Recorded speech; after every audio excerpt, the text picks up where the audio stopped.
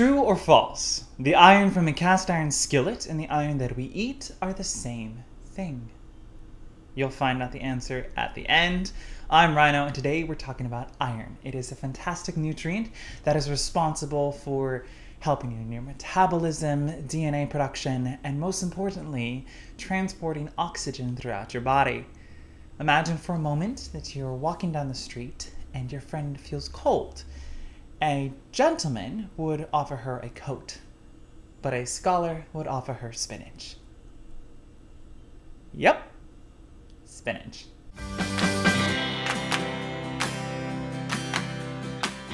Iron has a big job. It is responsible for transporting the oxygen from your lungs to the rest of your body in a form called hemoglobin. When it arrives to the muscles, it turns into myoglobin. But for sanity's sake, hemoglobin, awesome thing, travels in the blood cells. Now, if you're not getting enough iron, then you're not getting enough oxygen to the rest of your body, and a lot of things will happen that are not necessarily good. Prime example being body temperature. You will not be able to retain heat as well, so when the heat in the room drops, you'll get colder faster than everybody else if you're not eating enough iron. They did a fantastic study of this where they put women in a cold box and just saw how long it took them to shiver when they were using or consuming a low iron diet. Then they took the same women a few months later after they had a regular recommended daily value of iron, and same temperature, same room, they lasted an additional 8 minutes before shivering. So yes, iron does have a direct effect on the body's temperature.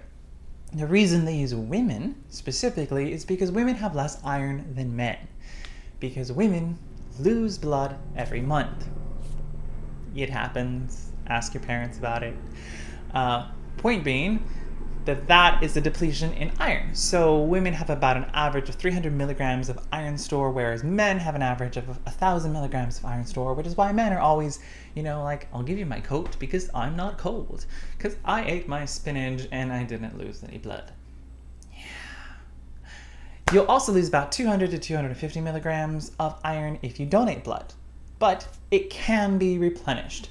It can be replenished in two ways. You can either have hema or non-hema. Hema iron is in meat, and you will only absorb about 15 to 35% of that iron. You're never going to absorb 100%. Cry about it now.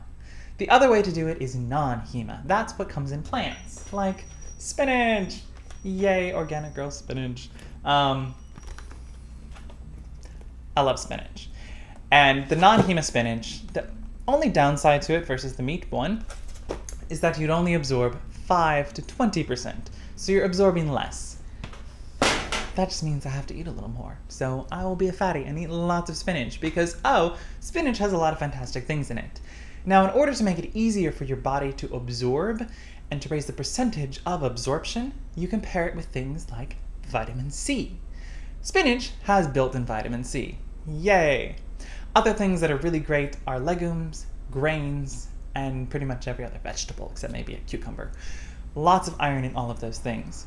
If you cook it with olive oil, that's another great way to help break apart some of the bonds that are preventing the absorption, because that's what the vitamin C is doing.